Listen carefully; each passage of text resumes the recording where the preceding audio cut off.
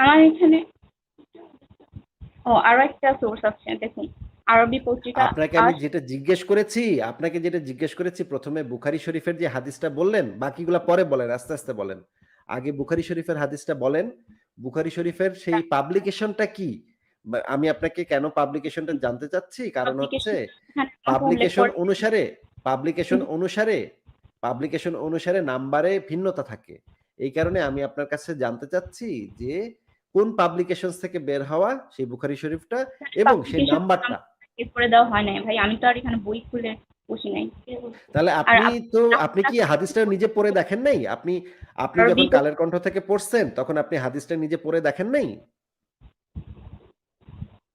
না আপনি কি হাদিসটা যাচাই করে দেখেন নাই যে বুখারী শরীফে আসলেই এটা লেখা আছে কিনা? সেটা আপনি যাচাই করে দেখেন নাই? আছে। এবং আরেকটা জিনিস, হ্যাঁ, এই যে বুখারী দেখেন শরীফে আপনি যেই বুখারী শরীফের বইটা থেকে যাচাই করে দেখেছেন, আরে ভাইয়া আমার আর কথাটা শোনেন। কথাটা শোনেন, কথাটা শোনেন, কথাটা শোনেন। আপনি বুখারী শরীফ আপনি যখন কালের কণ্ঠে পড়লেন যে বুখারী শরীফের ৩৫৭৫ নম্বর হাদিস এটা আছে। ধরেন মনে করেন, তখন তো আপনার কাজ হচ্ছে মানে আমরা যেভাবে কাজ করি যে বুখারী শরীফ ওটা খুলে আমরা দেখি যে কত নম্বর এইটার নাম্বারটা ঠিক আছে নাকি। তো এবং হাদিসে ওই কথাটাই বলা আছে কিনা। হ্যাঁ? কারণ অনেকে তো হাদিসের নামে মিথ্যা কথা বলতে পারে।